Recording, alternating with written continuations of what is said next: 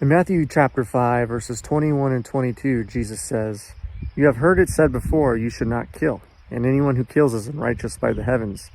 I tell you that everyone who is angry with his brother and mocks him is unrighteous before the heavens. And everyone who says to his brother, worthless or evil, is unrighteous by the heavens. And anyone that says lunatic to his friend goes down to Gehenna." I find that really interesting because here Jesus is quoting in verse 21 from the 6th commandment that says, "Thou shalt not kill." And he's adding another step to that, which is you should not be angry with your brother. You should not be angry with other people. When we think about that, it almost seems impossible.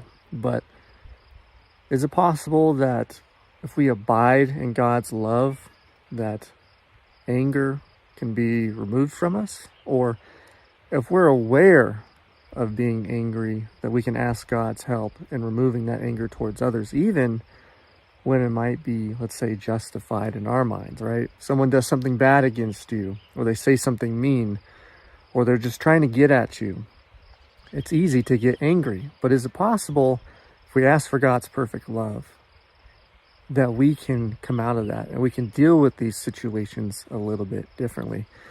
He also goes on to say to basically not be insulting to others, to call them worthless or evil, to call them lunatic rather.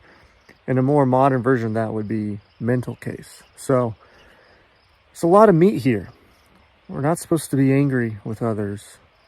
We're not supposed to be demeaning to others and call them names. And I believe it's Luke chapter 6, verse 35. Jesus says that God is gentle to the unthankful and the evil. So he wants us to be gentle with everybody, and that doesn't mean being angry, and that doesn't mean being insulting.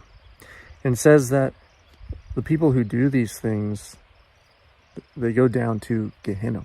So if you are angry, or if you are being demeaning and calling names to others, you go down to Gehenna, and Gehenna being the Hebrew word for what we know as hell. Now that word Gehenna isn't an eternal fire, it's actually a temporary fire that leads to death, resulting in the grave. So Gehenna is a type of death that leads to an eternal grave. So just a few things here at the teachings of Jesus. More to come. We're currently in a little series where we're looking at the teachings of Jesus. Make sure to subscribe and join us. We're going to keep looking at his words, and my prayer is that we can implement these things we learned today in our own lives. Love you all. God bless.